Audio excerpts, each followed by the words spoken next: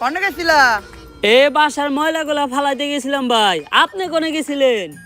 আমিও এই ক্ষেত্রে ময়লাই ফালাইতে গেছিলাম, আমার পার্সোনালটা। ভাই খেতে খুঁতে আগেন কে? বাইতে টয়লেট নাই।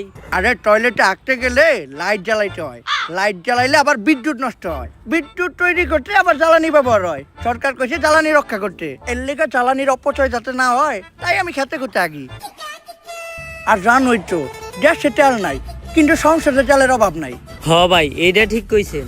আর কইও না কোন এক দেশে থাকি, মাঝে মধ্যে মনে হয় যে 2018 সালে চুল কালার করে টিকটক করলেই ভালো আসিল। হয়তো তখন 2-4টা চর্চাপুর খাইতাম, কিন্তু এখন থাকতাম দুবাই, লইতাম একটা গাই না হইলেও কোনো সমস্যা নাই, লইতাম একটা চিকনি, পরাই দিতাম বিকনি।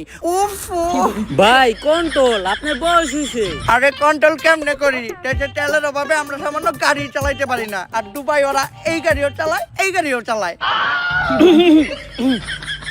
কপালটা ভালো যে দেশে খাস তেলের সংকট পড়ে নাই, নয়তো গাড়ির ইঞ্জিনের লগে লগে আমার ইঞ্জিনও ডাউন করে যেত। যাই হোক, পাম্পে যায় সিরিয়াল ডেগা, যে একটুখানি গাড়িতে তেল আসে ওইটা পাম্পে যাইতে যাইতে শেষ, পাম্প থেকে আবার যে একটুখানি তেল দেয় ওইটা বাসায় আইতে আইতে শেষ। মুহের তেল দিয়ে তো আর দেশ চলে না, মুহের তেল দিয়ে যদি দেশ চলতো তাইলে বাংলাদেশ বিশ্বে তেল সাপ্লাই দিয়ে কুল পাইতো না।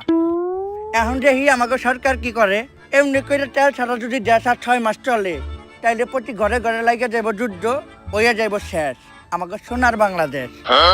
যাও রহিম,